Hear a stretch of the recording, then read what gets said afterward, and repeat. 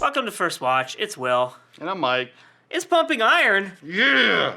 Mike is really excited. He put on his fanciest shirt, as you can see.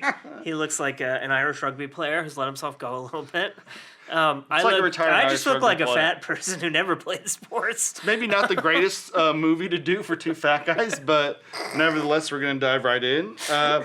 And I know this movie actually came out in 1977, so not quite the 80s, but because it features Arnold, who's like a huge mainstay of the 80s.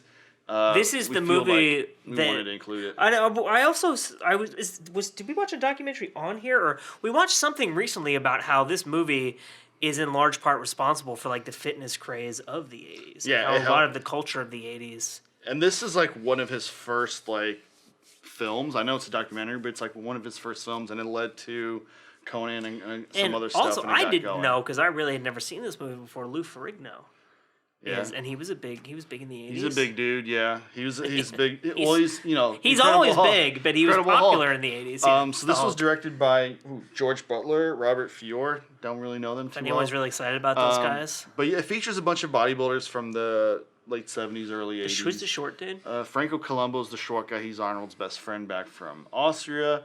And then obviously Lou Ferrigno. And those are kind of the big names of it. And it's a look behind the scenes of them training for Mr. Olympia, right? And I think this was one of his first that he won, like maybe a second or third, something like that.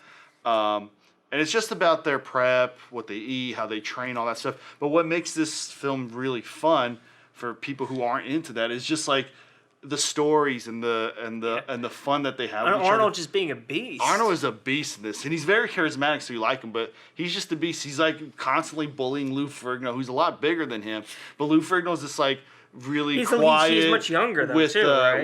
Who's hard of hearing, and he's like this real gentle giant. And Arnold Schwarzenegger's just beast on him. And Lou Ferrigno's parents even love Arnold a little bit. It feels like they love him more than Lou Ferrigno. What does he say to that one guy about giving him he gives that guy the wrong advice? Yeah, like so. One of the best stories from this is some guy meets Arnold and asks him for advice on posing, right? Because it's like a whole science. And Arnold decides to be an asshole to him. And he's like, here's what you do. You have to go and practice. You have to go practice, stand in front of the mirror, and what you have to do is when you get on stage and start posing, you have to yell as loud as you can at the top of your lungs. So this guy who's like probably like 18, 19, 20-year-old amateur did that, and he practiced, and then he went on stage to compete, and he started posing, and he started yelling at the top of his lungs, and everyone thought he was like losing his mind. And so it's like stories like that. The story where they ask if Arnold like really is enjoys what he does and building, and he's like, I'm having a great time.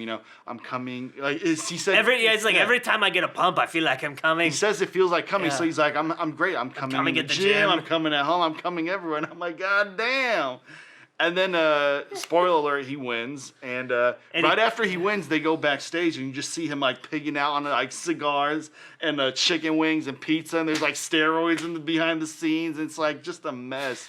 And you just can imagine like how like ruined that toilet was afterwards. He's so excited. The movie's so fun. You wouldn't think this movie would be fun, right? But it's honestly, until now, it never even occurred to me to talk about the toilet. What do you think? What kind of scenes were going on in there? Boy, I think they couldn't film. The lens got too steamy. It's too hot. Yeah. So what do you think the setup was? Was it a single like toilet or was it stalls? I mean, they can't do a single for all those beefs. It's like an arena, right? So all those dudes are like 290. Did you say all those beefs? Yeah, all those dudes are like 290 pounds, glistening muscle. So they're in there next to one another. Do you think they're talking while they're in the stalls? Well, what do? I do. It's boring. And they're just destroying. They didn't have cell phones back then to play Candy Crush, so they have to do something. And they're just destroying the toilets. Because like, do you think someone is judging the volume and the tenacity of their I don't know, but. Can we put in the comments. If there are any competitors out there who've been in an event like this before, competitors. And I'm so excited about the dumps I can't even talk right. We really want to know. But yeah, this film, if you have any interest or passing interest in bodybuilding, Arnold Schwarzenegger, and this is kind of like the 70s. Yeah, this is like now it feels kind of like commercialized. It's like it's all like clean and it's all like sponsored and it's all like just like organized. Where this feels just like dudes just who like dirty ass bodybuilding chaos. and just like working out, beasting on each other, going to cool places to compete. I think this competition, I can't remember where it was, but it was definitely outside of the U.S. And it's just a fun time. It's a quick watch.